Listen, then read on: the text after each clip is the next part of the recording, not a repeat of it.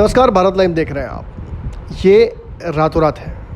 रातों रात बिहार की पूरी मीडिया इंडस्ट्री का सबसे विवादास्पद शो है और विवाद और भारत लाइव का नाता बहुत पुराना है।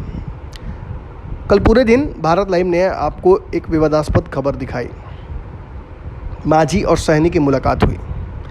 बिहार में जिस वक्त सरकार ने प्रोटोकॉल डाल रखा है कि कोई किसी से मिलने ना जाए, चाहे वह जनप्रतिनिधि ही क्यों ना हो, ऐसे वक्त में एकाएक इन दोनों का मुलाकात करना, ऐसा कहना कि केवल चाय पीने चले आए थे मांझी मुकेश सहनी के यहाँ या कुशल क्षेम जानने आ गए थे, ये जायज़ नहीं होगा।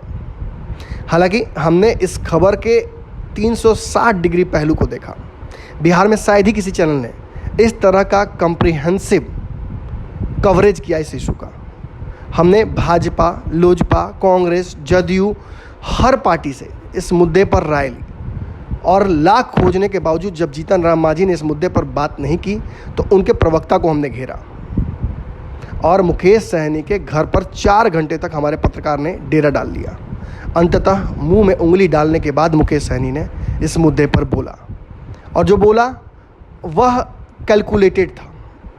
एक मजे हुए राजनीतिक की तरह मुकेश सहनी ने दोनों बातें स्पष्ट कर दी। उन्होंने कहा कि ऑफर भी मिल रहे हैं। उन्होंने साफ किया कि सरकार को अस्थिर करने की तैयारी भी चल रही है, लेकिन हमारी आस्था एनडीए में है। लेकिन ये भी कह गए कि कहीं ना कहीं एनडीए मतलब सब है, कोई एक नहीं। सारी बातें वो खुद कह गए।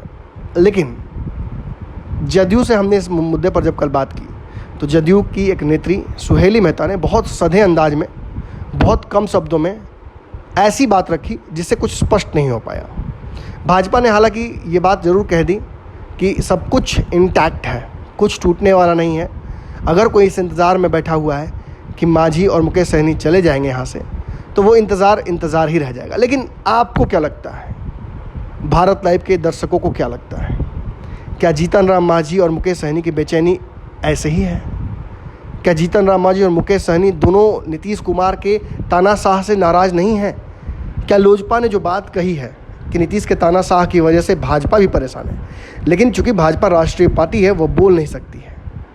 आपको याद होगा छोटे मोटे कई ऐसे छिटपुट कांड हो चुके हैं। लड़ाइयाँ तो ऐसी हुई हैं कि तेजस्वी यादव और विपक्ष मुख दर्शक बन गए हैं, इंतज़ार करते रहते कि हमारी बारी कब आएगी। ऐसी स्थिति में सत्ता पक्ष द्वारा ये कहना कि गठबंधन हमारा लंबा चलेगा, नीतीश कुमार की चुप्पी, भाजपा का ये बार बार एश्योरेंस करना कि नहीं एनडीए इंटैक्ट है और मुकेश सहनी मांझी का लगातार दबाव बनाए रखना, इशारे बहुत सारे हैं। लेकिन इन इशारों को चूँकि 7 बज गया है तो बाबा के साथ बैठे हुए हैं, तो बाबा से ही जान लेते हैं कि आखिर क्या तैयारियां चल रही हैं, क्यों ये सारा दबाव, प्रेशर पॉलिटिक्स क्यों हो रहा है। आखिर जब कुछ होना नहीं है, किसी को कहीं जाना नहीं है, तो फिर ये सब कुछ हो क्यों रहा है? नमन जी, सबसे पहले तो दर्शकों का बहुत बहुत स्वागत करते हैं। इस कड़ियों को जोड़ने के लिए जितनी बातें आपने कही, मैं थोड़ा सा पीछे फ्लैशबैक में ले जाना चाहता हूँ। और फ्लैशबैक में जब ले जाता हूँ तो मुझे अन्ना का आंदोलन याद आता है। लोकतंत्र की एक बहुत बड़ी क्रांति कह सकते हैं आप, बड़ी लंबे समय के बाद हुई थी। उस समय मैंने 2 लाइनें लिखी थी कि गला फाड़ कर चीखे जा रहे हो, भैंस के आगे बीन बजा रहे हो। इन बातों का सीधा सा मतलब यही है कि तब भी बहुत कुछ हुआ, अन्ना को कुछ नहीं मिला। अन्ना के जो आंदोलन से निकल के आए उन्हें सत्ता मिल गई। वैसे ही जेपी आंदोलन हुआ। जेपी आंदोलन में भी जेपी को कुछ नहीं मिला, लाठियां खाए। बहुत लोग सत्ता में हैं आज, वर्तमान स्थिति में भी देख लीजिए, नीतीश कुमार से लेकर के सभी लोग लगभग आज वही लोग हैं जो जेपी आंदोलन के चेहरा हुआ करते थे। जी, प्रोडक्ट। इन सब बातों के बीच में हम चर्चा करने बैठे हैं जो कल पूरे दिन सबसे तीखी खबर थी और भारत लाइव ने उस खबर को सबसे पहले खोज के निकाला था। उसके बाद उस पर हम लोग ट्रीटमेंट भी किए थे। हम लोग खोज रहे थे कि कहीं से कोई क्लू मिल जाए। पाताल तक चले गए थे जी।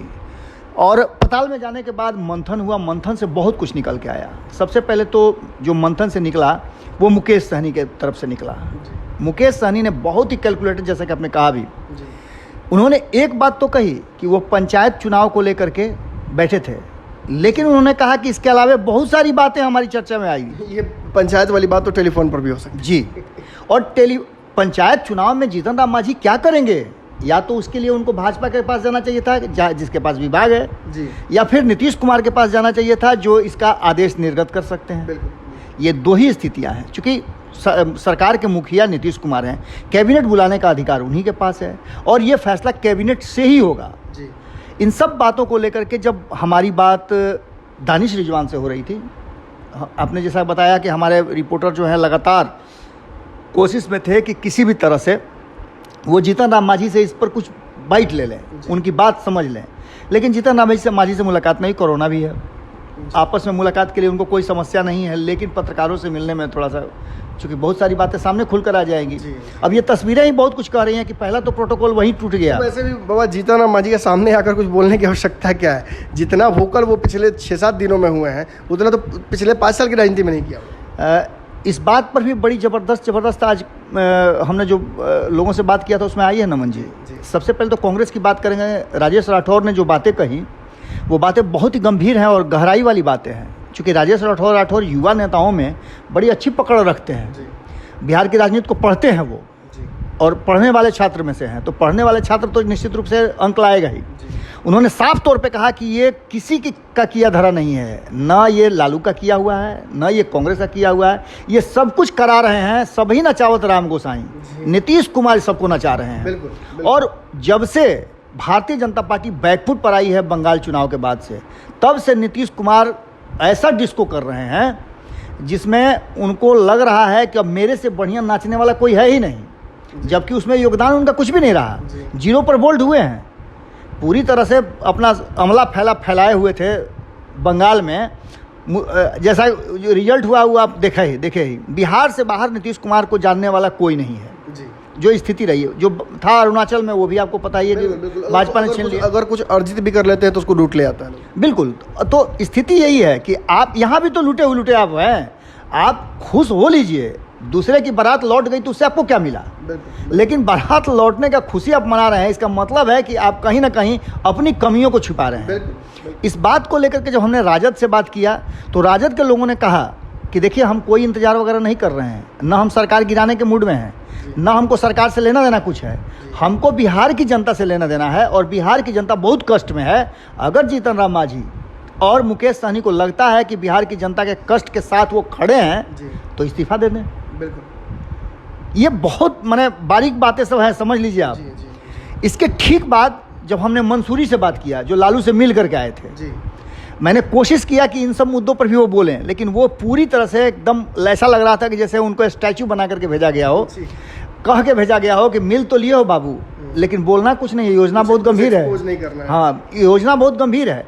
चूँकि आप एक नए विधायक को जो पहली बार जीत करके आया हो, बहुत बड़ा उसका अनुभव नहीं हो, और वैसे लोगों से अगर मिलते हैं, दोनों के दोनों, निरंजन भी जो थे वो भी गायघाट वाले, और कांटी के जो विधायक हैं इसराइल मंसूरी, दोनों जाकर के मिले हैं, दोनों ही ताज़ा हैं। अब ताज़ा लोगों से मिल करके आप समझ सकते हैं कि क्या करवाएंगे वो। तो ताज़ा लोगों से निश्चित रूप से यूथ को कनेक्ट करने की बात थी, और कारी शोएब का इसमें बहुत बड़ा योगदान रहा है। हाल ही में कारी शोएब ने आप देखा होगा कि किस तरह से उन्होंने आंदोलन जो किया था, वो कभी कभी जेपी आंदोलन का याद दिला देता है। ये सब बातें हुई, इन सब को लेकर के कहीं ना कहीं नीतीश कुमार वो सेफ कुशन जो आप बताते हैं कि वो एक सेफ खोज रहे हैं, और सेफ खोजने के लिए वो यूज़ कर रहे हैं। तो यूज़ करने के लिए अगर जीतन राम मांझी को यूज़ कर रहे हैं, तो जीतन राम मांझी तो उनके तुरुप के पत्ता पहले भी रहे हैं। जब भी ज़रूरत महसूस उनको हुई है तब जीतन राम मांझी को यूज़ किए हैं। 2014 में जब चुनाव हारे, कोई नहीं नजर आया था, तो सबसे ज़्यादा उनको गड्ढा नजर आए थे जीतन राम मांझी। गड्ढा ही कह लीजिएगा, इसलिए कि बहुत ज़्यादा योग्यता ढेला रखा गया था। मैंने बहुत ज़्यादा योग्यता के चलते उनको नहीं दी गई थी, उनको इसलिए दिया गया था कि वो चाबी रहेगा नीतीश कुमार के पास। लेकिन जीतन राम मांझी पुराने खिलाड़ी हैं, वो तुरंत चाबी या ताला सब अपने पास रख लिए। बिल्कुल, नीतीश कुमार की बेइज्जती होने लगी, उनका मन मुताबिक नहीं होने लगा, और इसके बदले में आपने क्या किया, उन्होंने, आपको पता है, उसके बाद उन्होंने भेज करके अपना गणमुन बना करके कुछ दिन तक छोड़ दिया। एक फ़ायदा तो उनको मिल गया कि बेटा उनका एमएलसी बन गया महागठबंधन जाने पर, फिर वापस बुला लिया, या फिर मांझी जी खुद चले गए, यहाँ आकर के फ़ायदा मिल गया। तो इन सब बातों को मांझी जी ने जिस तरह से भारतीय जनता पार्टी पर अटैक किया है, उसकी बातें सबसे बारीक कोई कहा है तो कांग्रेस के प्रवक्ता राजेश राठौर ने कहा है। उन्होंने साफ तौर पे कहा है कि ये सब किया धरा नीतीश कुमार का है, वही करवा रहे हैं, वही मीटिंग करवा हम रहे भी हैं। तो ये बात कह रहे हैं कहीं ना कहीं, चाहे उपेंद्र कुशवाहा हो, चाहे ललन सिंह हो, चाहे मांझी हो, इन सब का निशाना भाजपा पर ही है।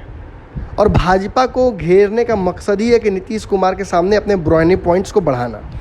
इसमें कल की बात आप याद आ रही है नमन जी, जो कल आपने कहा था, बड़ी ही बारीक बात थी, उस पर हमने पूरे दिन शोध किया है, कई नेताओं से हमारी बातचीत हुई है कि आखिर नीतीश कुमार जी चाहते क्या हैं, कर क्या रहे हैं। तो सबका कहना दो ही बात था। एक बात तो था कि 2022 तक भारतीय जनता पार्टी नीतीश कुमार को किसी भी तरह से चाहे जितना भी उकता लें वो छोड़ने वाली नहीं है, मैंने अंतिम सांस तक। नीतीश चाहते हैं कि इस बार का ब्लेम मेरे पर ना आए, पिछली बार ब्लेम आ गया था तो बहुत दिक्कत हुआ था। बिल्कुल बिल्कुल बिल्कुल। और दूसरी सबसे महत्वपूर्ण बात है कि नीतीश कुमार को वो रास्ता नजर आया है कि कैसे वो उछल करके उस कुर्सी पर बैठ जाए जो लगभग प्रधानमंत्री की कुर्सी के समकक्ष है। आप समझिएगा इस बात। ऑलरेडी बारात तैयार है, बस उसमें दूल्हा चाहिए। बिल्कुल, आप, मैं वही बात कर रहा था, कल आपने इस बात को रिपीट किया था। उसका प्रतिकार और प्रतिफल मात्र एक दिन के बाद मिल गया। किस तरह से ममता बनर्जी ने प्रधानमंत्री का उपहास उड़ाया, जिस पर कार्रवाई भी सुने हैं कि हो गई है, उन अधिकारियों पर, अपने अधिकारियों के साथ जाती हैं प्रधानमंत्री की मीटिंग में। एक मुख्यमंत्री बलि के बकरा तो अधिकारी ही बनेंगे। बिल्कुल, मैंने समझिए मैंने कितना बारीक बात है। इधर नीतीश कुमार की तैयारी देख लीजिए, उधर ममता बनर्जी जाती हैं, प्रधानमंत्री का इतना बड़ा उपहास करती हैं कि प्रधानमंत्री को आधे घंटे इंतजार करना पड़ता है।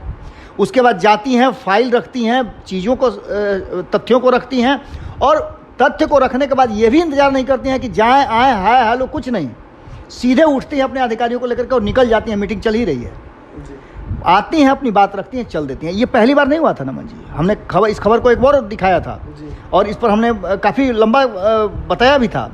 चुनाव के बीच में भी, चुनाव के पहले भी ऐसा कर चुकी हैं।